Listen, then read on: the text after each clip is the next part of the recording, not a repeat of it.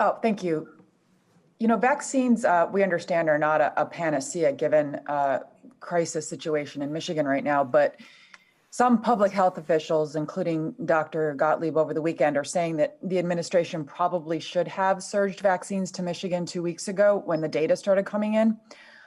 Can you address that? And what is the argument against doing this, as well as what specifically are you doing on monoclonal antibodies to the state? Thank you.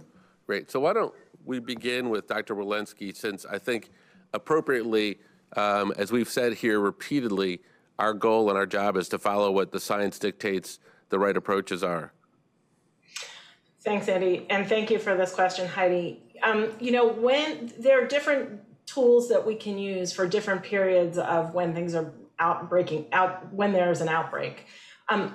For example, we know that if vaccines go in arms today, we will not see an effect of those vaccines, depending on the vaccine, for somewhere between 2 to 6 weeks. So when you have an acute situation, extraordinary number of cases like we have in Michigan, the answer is not necessarily to give vaccine. In fact, we know that the vaccine will have a delayed response. The answer to that is to really close things down, to go back to our basics, to go back to where we were last spring, last summer, and to shut things down, to flatten the curve, to decrease contact with one another, to test to the extent that we have available, to contact trace. Sometimes you can't even do it at the capacity that you need. But really what we need to do in those situations is shut things down.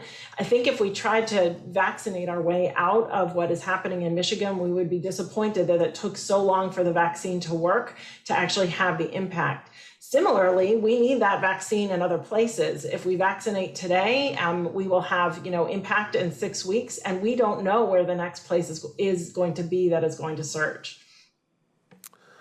Yeah. So, look, our job here is to follow the science, and I think in that regard, exactly what Dr. Walensky said is important to us. We have to remember the fact that in the next 2 to 6 weeks, the variants that we've seen in Michigan, those variants are also present in other states. So our ability to vaccinate people quickly in each of those states, rather than taking vaccines and shifting it to playing whack-a-mole, isn't the strategy that public health leaders and scientists have laid out. There are other things that we can do. We have offered to surge monoclonal antibodies, testing. There's a CDC team on the ground. We just 140 FEMA vaccinators have just moved into the town. Those are things you can affect quickly, and we believe can ramp things up more quickly.